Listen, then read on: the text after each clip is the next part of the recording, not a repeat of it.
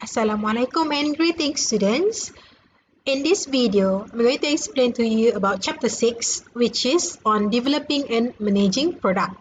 I divided this video into two parts, which the first one I will cover with you on the new product development process, and later on in the second part of another video, I will cover product life cycle with all of you. Right, so let's get started. There are two things basically. So in this first part of the video, I'm going to cover on new product development process. So as we have learned chapter 5 about product decision, you know already what are the types of products that can be offered to the marketplace. In this chapter 6, we're going to learn about creating that particular product, okay, and manage that particular product. So before we started with developing a new product, I would like to introduce you. There are actually types of new products. So not necessarily everything that will be produced are actually total new product, and not necessarily things that already in the market not considered as new product. So there are also new product as long as you create something that is new. So there are new to the world products, which basically these new to the world products are totally new. I can't really think of anything new that we actually recently or the companies are recently have created, like the first invention of something, right? So that is actually new to the world. For example, when Alexander Graham Bell created or invented a telephone, right? So that is actually the new to the world product. Other than that, biotechnology or biochemicals, right? Those are things that are actually new, right? When they create something out of it. Other than that, you can see this is a drone, all right? So new to the world products are actually a new technology, totally a new invention, all right? Next, you will also see there is also type of new product that what we call it new to the firm products. So these new to the firm products are not necessarily a new product to the world, but it could be just a new product to the company. Take example of this picture. You know Mitsubishi, right? Mitsubishi is actually well known for their vehicles production. Okay, so you can see a lot of Mitsubishi cars, lorries, tractors, and a lot of other Mitsubishi vehicles. So when Mitsubishi decided to come out with a new product to the firm, which is Mitsubishi Electric, that is when they created the refrigerator. So today you will see a lot of other household appliances, right, or household items that are actually made by Mitsubishi. So this is the products that are new to Mitsubishi. Although refrigerator has been in the market and produced by Samsung, by Panasonic, by LG and other brands, right? But to Mitsubishi, when they add refrigerator into their production, that is what they call the new to the firm products. Next, you will see there is also a type of new product that is an addition to existing product lines. For example, you can see here the oatmeal by Maggi. So Maggi have created a lot of instant noodles, right? So there are many products there are many product items in this particular product line of instant noodle. So when the Maggi decided to come up with this particular oatmeal, that is an addition to the existing product line. Same goes if, let's say, Maggi added new flavors to the instant noodle product line. So that is what they call the addition to existing product line. That is also called a new product to the company also, okay? Next, you will see also there is the next types of new product which is called the improvement to existing products. For example, you know iPhone 12. So iPhone keep on producing, alright, new iPhones. Apple keeps on producing a lot of new iPhones every year. And each year, they will make sure that the new iPhone is better or even an improvement of the previous versions, right? So that is easy. I think you already know this. Okay, there are many benefits or many other new features that they added to iPhone 12 as an improvement from the existing products that they have, iPhone 11, iPhone 10, and so on, right? So whatever new version that they created, that is what they call the improvement to the existing products. Next types of new product is repositioning product. Okay, so these repositioning products are basically products that they actually change how consumer think about the product. I hope you still remember what is repositioning means, right? You have learned this in chapter 4. So repositioning products is when you can see example here, Johnson's baby lotion. So Johnson & Johnson's is well known for their baby products. When they wanted to reposition their lotions, all right, and also other skincare products and soaps and shampoo and whatsoever product line that they have for Johnson & Johnson, they change consumer perception, okay, changing how consumer think about this Johnson's baby lotion. They come out with the what they call it, the tagline, Johnson's & Johnson's, best for baby, best for you. That means it is not just for babies to use, all right? So the products made by Johnson & Johnson, although it is called baby lotion or baby powder and so on, it is also best to be used, right, by the adults. So that's why they come out with that particular tagline, best for baby, best for you. So that is one repositioning product. Another example that you can see also in my previous slide is Amazon. When Amazon first created, all right, I forgot who's the inventor of Amazon.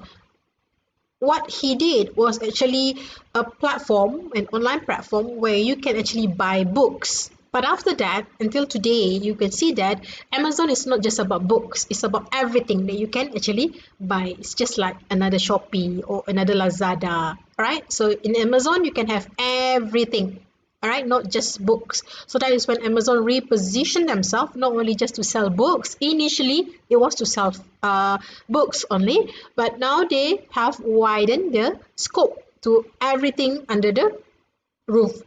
And lastly, types of new product is cost reductions product. You can see example here, iPhone SE 2 or even iPhone SE, the first one. Yeah. Now, cost reductions are actually products that are made by incurring less costs, all right, and also typically it is for better efficiency to the company. All right, so another example other than iPhone SE. Now, wait, before that, why I say iPhone SE is a cost reduction product it is because you know that iPhones are expensive, especially you can see iPhone 12 here, right? Now, when iPhone SE is being launched, they decide to make use of the existing body of the phone, which was, according to this reviews, they say that this iPhone SE is actually using the a lot of what they call it, iPhone 5, if I'm not mistaken, kind of concept, all right? But they do some enhancement in terms of the of course the processor, okay, and also the camera, but it is most of affordable phone that people can actually get because of the cost reduction that they put when they invented or when they create this iPhone SE.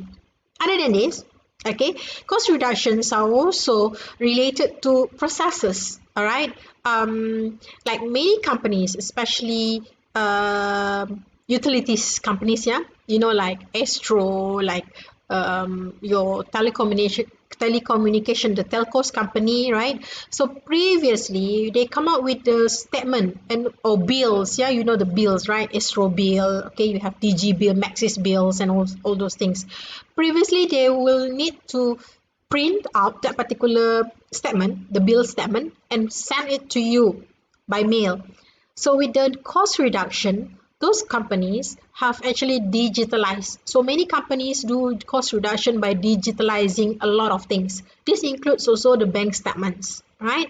So nowadays banks, they do not send physical bank statements to the customers anymore. So the cost reduction product is actually the e-statements, right, which they accompanied with all their application, the mobile apps, right, or their websites, okay, so that you are able to download those particular statements without having them to print it for you and send to you via mail. All right, so these are actually the 6 types of new products. I hope you still remember. The first one, new to the world. Second, new to the firm. Third one, addition to the existing product line. Third, improvement to the existing product. Next is repositioning, and lastly, cost reductions. Alright, okay, so these are the 6 types of product. Now let's move on to the important part of this chapter and in this first video, which is on the new product development process, or what I call it the NPD process. NPD stands for new product development. So altogether, there are 8 steps in this NPD process. It started with idea generation, then idea screening, concept development and testing, marketing strategy development. Number 5, business analysis. Number 6, the product development itself, and then task marketing, and lastly, commercialization. So let's get started with the first step in this new product development process. The first step is idea generation. Now you want to create a product. Okay, you want to create a product. Of course, you already think of your customers. What would they want to have, right? What the customer would like to buy from you. You might think of how can actually you create a product that solve customers' problem, right? Meeting the needs and wants of the customers, right? So it first started with idea generation, whereby it is a systematic search for new product ideas. Now, the sources of new product ideas, this is important, which can be sourced from internal, which is within the company, or external, which is outside the company. Internally refers to company's own formal research and development. You have R&D. R&D stands for research and development. Or it can be from the management ideas, the staff's idea, or even the entrepreneurial programs. Basically, this is how you try to create something new, right? Next is the external sources, which the company will actually try to find the ideas from their existing customers, right? From their competitors, distributors, suppliers, and even outside the design firms. After you get the idea, okay, you find out whether it typically from customers, because you would like to make sure that when you create a new product, it will actually fulfill the customer needs and wants. So the next step, okay, as you already get the idea, is when you do idea screening. In idea screening, what you do is to identify the good ideas and drop the poor ideas. How you do it? You can do by this RWW screening framework, which stands for, is it real? Okay, can we win? That means, can you sell the product? And is it worth doing the product or not? You can look at this particular cartoon that I added. I'm a pragmatist, Leon, okay, as he told his employee. But before I put a new product on the market, I ask myself, will it sell or not? Okay, so it is important that when you have the idea of a product, you must make sure that the product can be sold to the market. And of course, it has to be real. You can't actually create something that is not real. For example, when you talk about, I want to create another human being. Okay, like you want to clone yourself, because the problem is that you don't have enough hands to do a lot of work. So you want to clone yourself, for example. Is it real or not? Can you actually clone people? All right. If yes, then can we win? That means, will the people want to clone themselves and get to buy those clones, right? And is it worth doing by looking at how much investment that you have to put into selling this particular product? And if it is yes, all of this yes, then you can move on to the third steps of your NPD process, which is concept development and testing. You already have the idea of what you wanted to create, okay? So when you come out with this product development and testing, as you know, product idea is an idea for a possible product that the company can see itself offering to the market, while product concept is a detailed version of the idea stated in a meaningful consumer terms. Okay, so the product concept must come with some detailed version or specification of it, all right, where it comes with some direction of how to make use of the product, how can it benefits the customers, all right. So the concept must comes with an idea of how it will work. Okay, for example, you want to create something new for breakfast. Okay, so that is the idea, which is fast for you to create or make. Okay, like for example, you want to make pancake, but pancake requires a lot of ingredients. Okay, you have to put something, eggs, flour, right, sugar, milk, and so on. So it is so troublesome. So you want to create something new for customer to create a pancake, right? Like a premix pancake, right? So the concept could include like what are the ingredients that is going to be used and how would actually that particular new product can benefit the customer. Okay, so you come out with a premix where you put everything in the bottle, right? And how can you actually make sure that that particular premix can be preserved, right? That it won't go bad. Okay, what would customer need to do? Just put eggs, is it? Or just put water? Or is it put some butter and so on, right? So those could be some product concept example. Next, you can also create a product image, okay, which it is the way consumer perceive an actual or potential product. Okay, product image. And when you do first concept testing, it refers to testing new product concept with some groups of target consumers. Bear in mind that in this concept development and testing, you have not created any product yet. All right, this is just an idea. Okay, how you can actually tell people like what you want to create and get them to give some feedbacks whether they will agree or not to buy the product. Okay, so that is actually product development and testing. You might come out with some 3D computerized view of the product. Okay, just a drawing, just a sketch of that particular product and or the concept. Okay, next you do marketing strategy development. Okay, so marketing strategy development will refers to the initial marketing strategy for introducing the product to the market. Now, remember marketing strategy, it involves your 4 P's, yeah?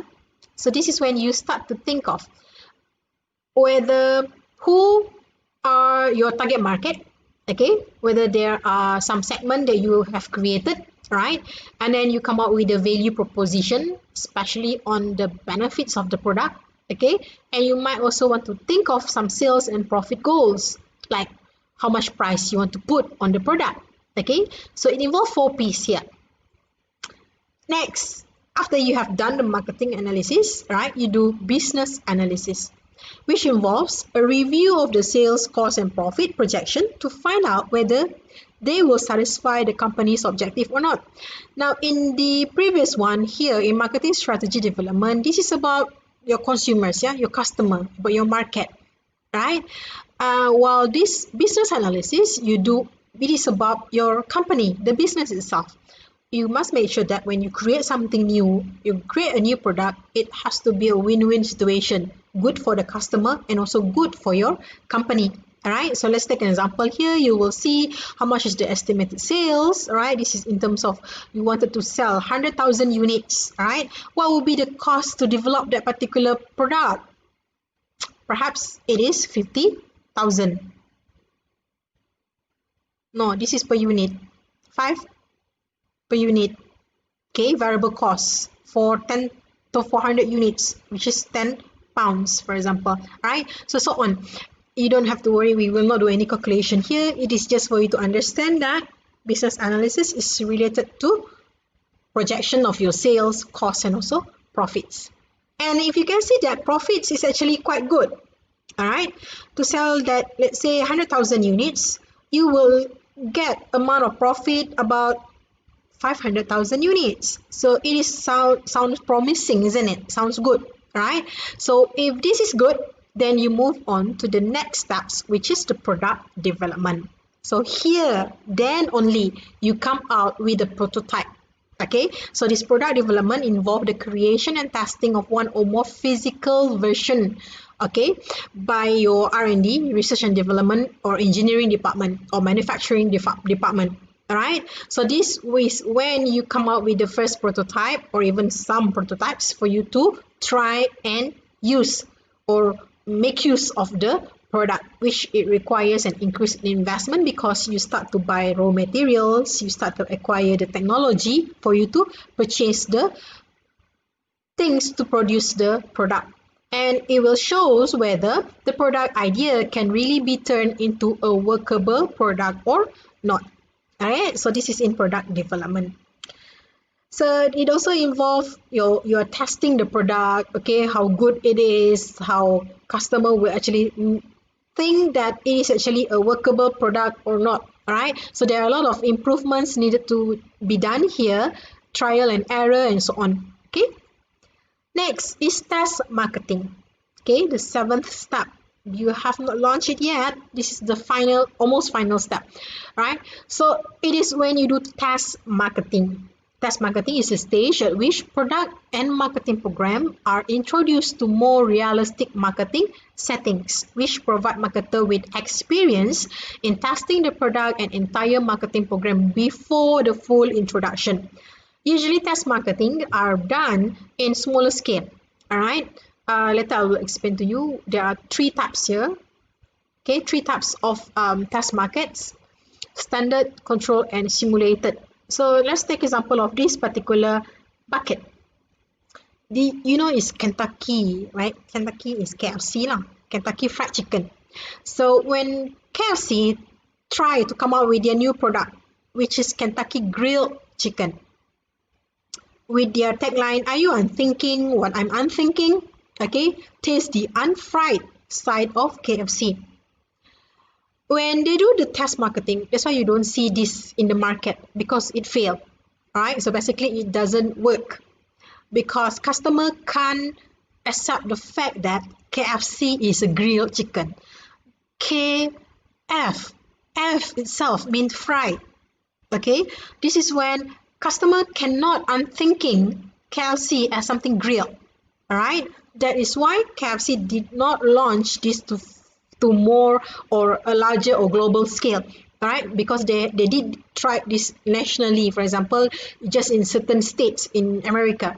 And then turns out that people cannot accept, people don't like the concept of grilled Kentucky chicken. Okay, when Kentucky, it has to be fried chicken. Alright, so that's why it doesn't move on to the whole the whole nation and international market. Now, there are three types, like I told you just now, types of test market. There are standard test market, control test markets, and simulated test market.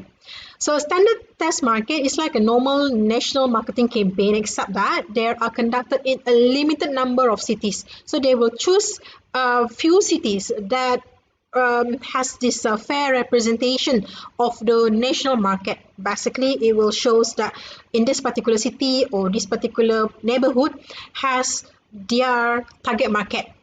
Alright, and then the marketer will do everything in these test cities that it would do in the national market. Same thing. They would think of whatever promotion, whatever advertisement and introductory of the product to this particular group of people, right? And the sales force sells the product to the distributors, which results are often compared to the national campaign. Second is controlled test market. A control one is actually provide marketers with an artificial testing venue Okay, they normally smaller scale or cheap because of it is cheaper lah and faster than the standard test market. Control test market is when you actually find out who are your target market and get them to try. Okay, to try the product and see how would they respond to that particular product. And lastly, the simulated test market, where it is not conducted in real world market. All right, basically they are just a laboratory test. It is a stage or artificial marketplace where researchers will expose subjects to advertising and other marketing mix variable to gauge the subject's purchase intent, whether to see will they choose the new product or not. Normally, the simulated test market are significantly faster and cheaper, of course, because the marketer does not have to execute the whole marketing plan or marketing program to this particular test market. It can also be done virtually, whereby you can provide your target markets, okay, with simulation program or a virtual market, okay, like let's say a virtual supermarket. So you tell your customer, okay, today you would like to buy some groceries, right? So what the customer will do, okay, they go to their computer and then they will be exposed to virtual market, okay, virtual supermarket, where they have a lot of groceries items, and you will see whether when there are some advertisement or information about the product pops up, okay, or they show those things, will customer actually take and buy the product or not? Okay, so that is actually the simulated test market. And lastly, the final step in your NPD process is commercialization. Commercialization is actually the full-fledged launch of the new product. Okay, it's your introduction of your new product to the whole market. All right, so you will have to think or decide on when you're going to launch, all right, where you want to launch it, and you may also want to plan on the market rollout. Take an example of Apple. I like to use Apple company because I think you are also well known, because whenever Apple launch their new iPhone, people are getting so excited, right? So Apple will tell when they wanted to launch that new iPhone, just like when they recently launched their iPhone 12, right? So where would they launch it? Typically, they will launch it at their country, California, right?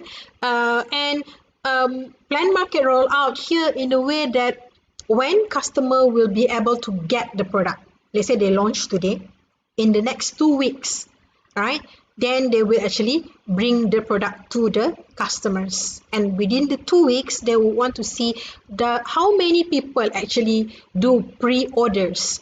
All right, so this is actually how they can estimate how much production should they make, all right, based on the pre-orders quantity, all right, and then they start to plan on the market rollout for another country or region. Typically, the US people, they will get it first, okay? You will first launch in US, and then the market will the first people or the first target market that will get the iPhone, the newest or the latest iPhone, will be those in the United States. And then after that, they plan to the European region, for example, okay? And then few weeks after that, then it will only be available to Malaysia, right? As you can see now, it is still in pre-order, right? Not for Malaysian market, right? So that is actually commercialization. Okay, so this product life cycle I will continue in the later video or second part of this chapter. So what is important in this particular new product development process, of course, you have to remember there are 8 steps, okay, in this new product development process. I repeat, the first one, idea generation. Second, after you generate the idea, you screen out the idea. Is it good or not? And if it's good, then you start to come out with the concept development and testing. Then you create a marketing strategy, do a business analysis, then only you do the product. Okay, product development is creating the actual product. Then you do test marketing, and lastly, you do commercialization. I will continue on product life cycle in the next video.